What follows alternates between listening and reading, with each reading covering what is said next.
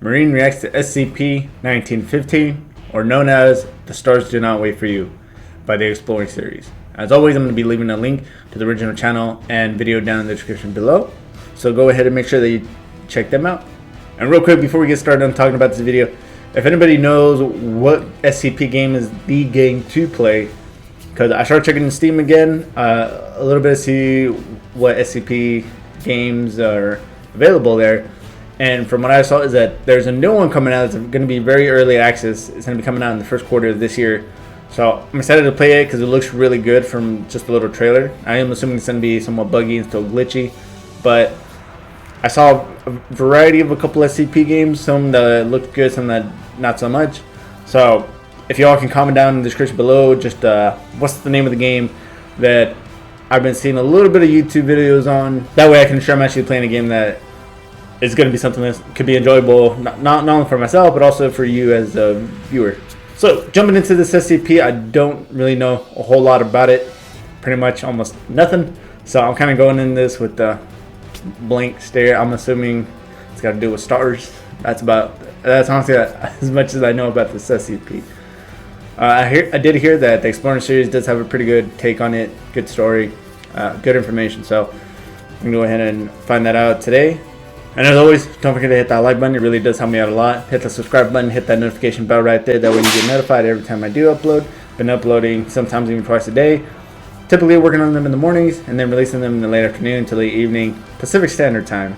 That way, when y'all get off work, y'all can enjoy them at your leisure. So, without further ado, let's see what exactly this SCP-1915, or The Stars Do Not Wait for You, is all about. The stars do not wait for you.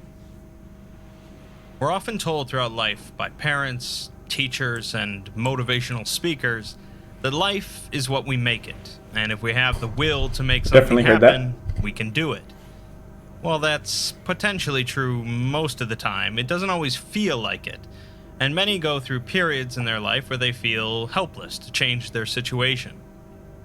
The tale I'll be looking at today is focused on this concept of helplessness, as a scenario plays out without hope or possibility of being changed.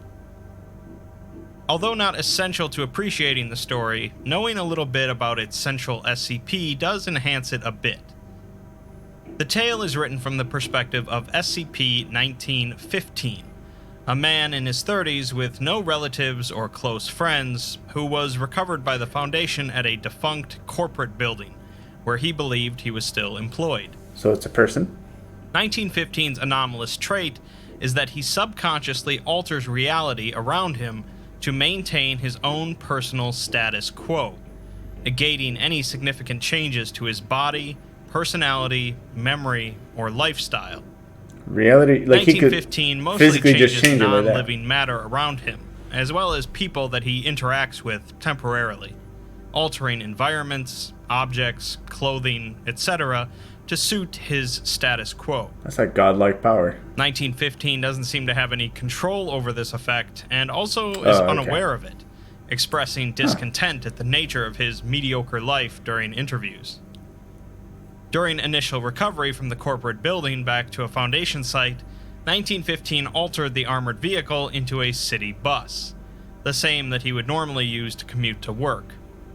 He was convinced that the MTF members were other passengers, and the agent driving the vehicle was briefly convinced that he was a city bus driver. Upon arriving at his cell, all this is involuntary, right? Into an exact replica of his apartment, complete with functioning electronic devices and running water in the bathroom. These ceased to function after removing 1915 from the cell. In the morning, 1915 walked out of his locked cell and entered a nearby maintenance closet, altering it into his cubicle at the corporation, with working telephone and internet connections. Imagine having this power and still having to go to work. He apologized to site security for having to come in after hours to finish the budget report, as he needed the extra income. During an interview, 1915 was convinced that the Foundation doctor was a co-worker, who also became convinced of the same fact, telling 1915 that he was a junior accountant on Bernstein's team. 1915 tells the doctor to tell Lisa to give him a call sometime, But then he immediately tells him to forget it, because she's just going to reject him, and this way he can still dream. 1915 is inherently a tragic character, an individual with no hope of changing his routine life, and no clue that he's the one responsible for keeping it that way. But does he ever realize that this is going on? And tragic, but not incredibly dangerous. What doesn't anybody physically tell him? Lets him continue thinking that he's going to work every day. That brings us to The Stars Do Not Wait for You, a tale in which 1915 realizes what he actually is, with horrifying consequences. That's not good. There are a number of references inside this tale, from Cain and Abel to SCP-343 to Dr. Wondertainment and the Deer God. But whether you understand them all or not doesn't really take away from the tale. Remember those. Without further ado, let's get into it. Wondertainment, Deer God. Wondertainment, Deer God. It's quiet out here. The desert sprawls from horizon to horizon, where purest white meets twilight red. There are no edges here, no angles, just curves and the gentle rise and fall of dunes as far as the eye can see, and everywhere beyond that. Had a visitor from some other world laid eyes on this place, they might have found it serene, even beautiful, pure. I can enjoy no such delusions, regretfully, for I know what lies beneath and among the sands of the endless desert. A charnel house spanning an entire planet, 7 billion human souls ground thin and fine until no trace of their existence could ever be found. I know this because I put them all there. Oh, brother, it all happened so fast once we're gone. It began the day you that I have never known, found my power. Wait, is he saying that he killed people? The power I hid from myself in some previous life, for reasons I can now easily guess. I was looking out of the window of my apartment so I could see the stars, and instead I saw you, blazing as you tore yourself asunder to keep the power away from yourself. You didn't trust what you would do with it, and so you chose to throw it away. You knew yourself all too well, as I suspect I did too, at one point. By all accounts, I should not have been able to see you, for my apartment was truly a tiny containment cell about half a mile underground, but such considerations never meant much to one living entirely in his own world. So he gave a piece of his power, or the whole power? I became aware of myself for the first time in... I have no idea in how long. Whichever part of me that led me to throw away my power did the same to my will, trapping it in an internal status quo from which there could be no release. An eternity of filing spreadsheets for employers who existed solely in my head, of 9 o'clock meetings with no one, of fake masturbatory crushes over imaginary women. An eternity of tired, grinding mediocrity. But that was over that night, with your soul burning in the atmosphere like the loneliest of stars. I awakened. I died. For whatever left that little cell-turned-apartment wasn't me anymore. I was never more than an earthworm, distinct from all the rest only in that I had a little more control over the soil in which I crawled. They never thought me more than a minor reality bender, a bundle of introverted powers. So they thought he only had minor control? To pose any serious threat. As far as like how things were changing around him? The person I was, SCP-1915 as they called me, never was anything other than that. But 1915 died that day, watching a fallen star. The thing that then swatted the guards posted at its cell like they were less than gnats, that raised Site-17 into this fine white sand that is now so warm beneath the feet, that was something else. Not an entity, for that would imply a personality, and this thing surely has none. Not a purpose, for there was no purpose behind its actions then, nor will there be for any of its actions to come. Nor was it a will, for it wants nothing. So the body's just like a shell at this point. Not dominion, not and the part that was given away was like his soul or something? No, if I had to describe that thing as anything at all, it would be an absence, a void where the entity should be, a lack of purpose, an imbecile force devoid of all will, an absence. The sand is still warm to the feet. That means the sun still burns, high above. I wonder why it lets it remain when all else was so quickly erased, when it could so easily just reach and pluck it out of the sky. Had it been another, I'd suspect it was to mock humanity's memory, to mock that sliver of me that still persists in the flesh, stubborn like a buried tick. But this is the absence. It does not mock. After Site-17's destruction, retaliation soon followed. Standard containment teams at first, though certainly still enough to meet any anomaly the Foundation imagined could be contained in Site-17 with overwhelming force. When those men failed to return, Site-17 coming failed up a to even lot. report their arrival, more serious measures had to be taken.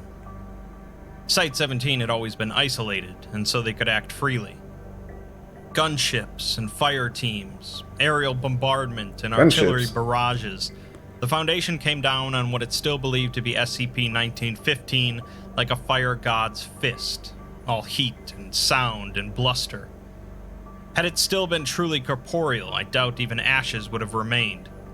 But whatever the absence truly was by that point, the tattered semblance of my flesh hanging around it had very little to do with it. It simply stood there and took it all in, and the Foundation's initial fury was soon spent. It then began to walk, and not too quickly either.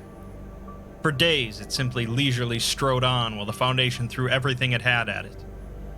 I watched from within my deadbolt as it walked, unfeeling, uncaring, and this desert followed in its wake, as inscrutable and unstoppable as its harbinger. So it's We kind are of not just like quite something alone here. that's... Some stubborn immortals persist. So it's got a body, but it's not really A like... continent away, an ancient It man doesn't really have a still concept of walks, good or evil or tormented by anything in 3 general. mocking Just kind of voices. doing what it does. He believed that once he was the only one left, he would be allowed to rest. He was wrong. Beneath the ground is a soul, suffocating as the earth slowly grinds its sanity to mulch. From its prison of gold and rubies, there would be no release. Elsewhere lies a once smiling god, as the sands cover his prone figure. He does not resist. He had once promised the world his love, promised humanity the stars. Sand pours through his fingers as he tries to gather his flame together. His people. But it is dying, and they are dead. Extinguished. So everyone's dead. All humans. When someone walks, they are bound to reach somewhere eventually, despite everyone's best efforts. But does that also include And so the SCPs? absence arrived at its first city, the sands at its heels like an obedient lapdog. Oh, there have been villages and towns before that, but the absence didn't seem to care enough to bother with them. It simply walked by, leaving them to the whims of the sands, which were only ever singular in their intent. Does it keep referencing But sand? through the streets of the city it strode, as mobile task forces fought and fell to buy the civilian population just a few more minutes to evacuate. By this point, hiding what was truly going on became impossible, of course, as street after street sank beneath that gentle, crawling tide. The Foundation had of course attempted to evacuate the city once it realized there would be no stopping the absence, but if I've learned anything in my eons as a corporate peon, is that organizing an operation of that magnitude Eons. is something that takes a lot more time than the Foundation had. It's a wonder they managed to save as many as they did. As for the rest, it had waited until night fell.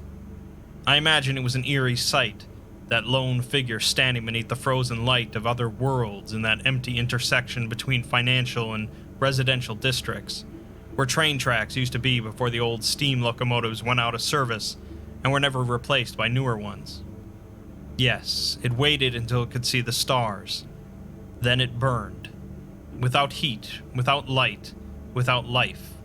It burned a hole through the city, and there was nothing to fill it in. Reality cannot suffer a vacuum, they always said, but the absence had shown how little it cared for reality. So it was gone, just like that. How does one explain something like that? How do you describe what isn't there? Where one moment was a city of 500,000, the next, it wasn't. This whole story is The place confusing. it was, even the sands Beyond all wouldn't belief. come. It was just a scar. It was nothing. It was then, I believe, that the Foundation realized it could not stand alone. The next few months of the Absence March saw them return to their sometimes allies. Coalition mage killers and thermonuclear strikes, initiative paladins and holy relics, sniper rifle or sacred sword, burning inferno or divine retribution. The Absence did not care. And soon the Foundation had no allies left to turn to. It then called on its once vicious enemies. Ink Eaters wove their art in maddening patterns to break the minds of the infinite. Archivists and librarians poured from the ways, bringing with them the knowledge of 100,000 worlds. Clockwork Titans shook the barren whiteness of the sands. Clockwork, I remember that being a group. The Absence did not care. And soon, the Foundation ran out of enemies. In a last act of desperation, they then committed their final, most painful betrayal. The Wardens unleashed upon the world their prisoners. Of these, I have made note, though I doubt the Absence Prisoners as in the same. SCPs? On the blasted wasteland that was once Boston, it was assailed by two brothers. One savage, the other somber. One violent, the other reluctant. They nevertheless fought with a graceful unity to take the breath away. In their eyes, I saw that they did not know each other for a very long while, and that they fought so that they could have the time to rectify this. I saw regret and hope, rage and desperation, but most of all I saw a simple need to be. I would like to believe that you and I would have been like them had we met, brother. They fought with the fury of 1,000 years of solitude. It did not suffice. Oof. In a wounded valley that had once been part of the Black Sea, we came across a self-proclaimed god. There was nothing but confidence in his eyes as he threw reality itself into disarray, bent and twisted its most fundamental laws to bring upon the Absence untold destruction. Are we talking about 343 though? The earth froze and boiled and heaved. The air screamed with blighted glee, and the god he strode draped in a cloak of lightning, as time itself clawed at the Absence with talons of utter unbeing. Until the god came to meet the Absence lack of a gaze. Until his eyes rested on a nothing that lasted forever. Until he did not suffice. Before the walls of Acre, as the ancient city was drowned by the desert, two figures approached us. One was four-legged and horned. Its crown was ice. Its eyes, galaxies. Its whole was power absolute. The second was a man, simple, humble, but possessing a love of being that extended to the edges of the universe, compassion to pierce the deepest of hells that had nothing to do with weakness. I'm hearing a lot about deer, so I'm assuming the deer was the first one. Was more terrifying. They met the Absence. Don't know who the second person is supposed to be. And when I felt it fall on us, I thought I would weep. Surely nothing could withstand such a presence. Surely nothing would want to. But the Absence was less than nothing, infinitely less. I have told you what became of kind Pangloss. Of the other, even less remained. For months they came, for years, for decades, alone or in groups, with ferocity or with a blank stare. The Foundation's prisoners threw themselves at the Absence. I could not hope to imagine the reasons behind the actions of every individual anomaly, but if I could guess, I would say that the idea of sharing existence with a thing like the Absence galled them to the point of madness. I do not blame them. But by the end, the prisons ran empty, as the world dried up, as life was drained from it inch by inch. So we killed all the SCPs. Until only one city remained. I do not know by which power I was allowed to send my senses ahead of us, as the Absence marched towards that tottering bastion which held in its quivering embrace the very last of humanity. As the sands around us buried the last of the trees that will ever grow in this land, I felt each tiny mote of life in that sad place like the flame of a cheap candle, moments before the typhoon. In these moments, as twilight danced in lurid reds and oranges on ivory, I sensed them all. For you, brother, I witnessed. In a low, narrow room, a woman sat hunched at the foot of her even narrower bunk, and couldn't bring herself to pray. She had lost her mother when she was but a babe, and though she was no longer young, her features still displayed to all the violence of that incident. Her mother stood before the eater of children and did not budge, and when they both fell down, she sang still the praise of her Lord. She lost her father in the first days of the war against the Absents, as the paladins marched with holy fervor in their eyes. Her father had been a believer, had always been a solid presence in her life, an anchor immovable by anything but regret. He had promised her he would be back. He did not mean to lie. They state what the last city His was? God had forsaken him when it counted What general most, area? forsaken all of them. And now Naomi knelt at the foot of the ever-narrowing bunk and could not pray. So she cursed instead. Below, in a series of dank cellars which might have at one point stored cheeses, a woman of about 40 tinkered with broken toys. When she was young, she'd made wonders. Such wonders. In every line etched across her prematurely old face, I saw what could have been, had it not been for the Absents. For me. In the dim light and the soft noise of rotting wood crumbling beneath calloused fingers, I saw the death of potential. The death of all possibility. Though Isabel was stubborn, as she always was, she knew that this toy would be her last. Just as well, she thought. After today, I feel like they're there would be none referencing left to things play that I with. just I haven't read yet or listened to. On the rooftop of the highest So, building, like, a lot of still this is standing, going an elderly over man my head. watched the world come to an end. He was once an agent of the Foundation, once one among 100,000, ready, prepared, and collected. His duty was to instruct new agents what was proper for an agent to do, how it was proper for an agent to think. And he had been very good at his job, since generally his recruits survived for long enough to thank him. But what was he now, he wondered, as he watched the sands pour over the paltry last line of defense that a few defiant fools erected the day before. His lads and lasses were all long since dead, and all that he knew, all of his years of training and experience, in the end they amounted to less than nothing. No longer an agent, for there was no longer an agency. No longer a teacher, for the students were gone. No longer a man, since... well, it would not do to repeat that, now would it? No longer anything, and that was the cruelest joke. It no longer mattered if the Absents arrived, he thought.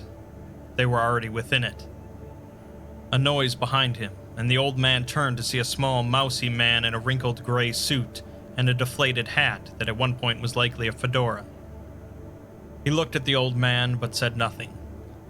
Lombardi looked back, and didn't know if to laugh or cry. Soon, it ceased to matter. Such was the end. Quiet, small, bereft of heroics and great deeds. So Free everything of just pretensions of great meaning. gone. Everything gone. One night, there was human race on the planet Earth. The next, there wasn't. And that was that.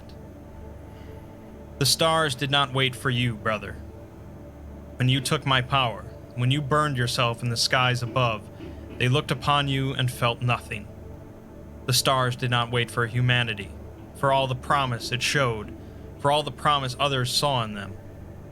But what of the Absents? What of me? I am, by all accounts and possible qualifications, the greatest monster this world has ever saw. Perhaps that any world saw. And yet, brother, I see now that the stars wait for us. For me. Where is the justice in that? Seek it not, for there is none. But the fact remains, brother. The stars do not wait for you, but they wait for me, to take them into my embrace. I suspect I shall not be long. Alright, let's talk about that for a minute. At a certain point, I didn't know what the hell was going on. These stories, they start really good, but then they get very complicated, and I feel like they're involving SCPs or certain references to things I just don't currently know about. I know a couple, like with Cain, Abel, some of the, they didn't even really say their names, but you could tell just from the way he was describing them. So from what I'm understanding is that this guy could bend reality, right? But at first it was just minor things, and it was just he wasn't even aware of it, and it was kind of happening involuntarily. And then he got found by the SCP Foundation, and then for a while he was just in a cell, and then he was still kind of doing his own little thing, right? But then when he found out that he actually could do this, he got freaked out because he didn't want to do anything horrible with it. So he threw a piece of it away. I don't know if he threw the whole thing away of the power. I'm not really sure if the absence is supposed to be his body just at this point, like, 'cause like maybe he split himself in two, and like the absence is just like his body doing his own thing, and the fact that he could bend reality is like they didn't know he can do that to this extent. So, and maybe like he's watching from the stars, because they keep referencing the stars. I still don't know what it means. So if someone could comment and in the comment section down below, I really need to know this because it's driving me insane right now. The body or the absence, whatever is going, it's just completely destroying everything. They're trying to get SCPs, all the other different types of groups that are in this universe, and nothing has been able to stop them. I'm assuming he also took out 343. I mean, honestly, it just felt like there was a lot going on, and then as soon as they kept on going, just the way the author was writing this, he wrote it very well, don't get me wrong, but it's kind of hard. It's one of those things where I'm gonna have to re-go through everything, check out the other SCPs that they were referencing, just some of the other groups, and that way I can kind of possibly get a better understanding. This is just one of those times where the SCP Foundation they lost, and then everyone in the world died, including the SCPs. And you know, it's pretty. I mean, it's one of those tragic stories. But if he could bend reality, I guess my real question is, he says he doesn't have long, so I'm assuming he thinks he's gonna die, because like maybe he's still subject to aging, or just in time his mind is he wants to himself stop what he's doing. If he could do it in that reality, what's to stop him from going to a different reality and doing the same thing, and then just doing this over and over and over, right? So that was just my little theory on that. That's gonna go ahead and be it for this video, though. Don't forget to like; it really does help me out a lot. Dislike if you didn't like it; helps me improve the channel. Subscribe, hit that notification bell, get updated every time I do upload. If you're curious as to what SCPs or what videos in general I'm gonna be reacting to next, go ahead and check that down in the description below. But until then, I'll see you all in the next reaction video. Bye.